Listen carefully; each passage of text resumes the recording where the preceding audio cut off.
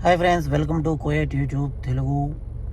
కోయట్లో అయితే ముస్లిమేతరులకు అంటే ముస్లిం కాకుండా వేరే మతాలు ఉంటారు కదా, హిందూస్ కావచ్చు, క్రిస్టియన్ కావచ్చు, బౌద్ధిస్టు, జైనిస్టు ఎవరైనా కావచ్చు.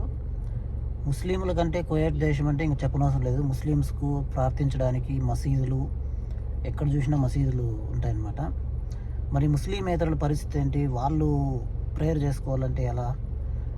చర్చిలు అక్కడక్కడ చర్చిలు ఉన్నాయి కొన్ని చోట్ల, చాలా ఏం లేవు నాకు తెలిసి. మాల్యాలో ఏమో ఒకటి ఉన్నట్లు నాకు తెలిసి ఇక మిగతా మతాల వారి కోసం మిగతా మతాల వారి కోసం స్థలాలు కేటాయించాలని చెప్పేసి కువైట్ గవర్నమెంట్ క్యాబినెట్ సమావేశంలో న్యూస్ అయితే రిలీజ్ చేశారనమాట. మిగతా మతాల వారు ప్రేయర్ చేసుకోవడానికి స్థలాలను కేటాయించాలి అనే విధంగా దాని గురించి చర్చ అయితే జరిగినట్లుగా మనకైతే న్యూస్ అయితే వచ్చింది. అదేవిధంగా మనకు కువైట్లో గడిచిన గత వారంలో 5,400 ట్రాఫిక్ ఉల్లంఘనలు నమోదయ్యాయి.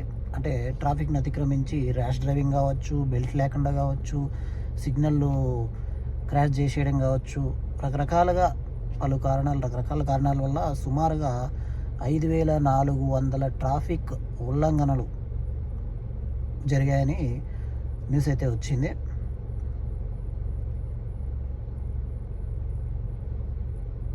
ఇది ఇవాల్టి న్యూస్ అయితే. మరో న్యూస్లో మళ్ళీ కలుద్దాం. Bye friends.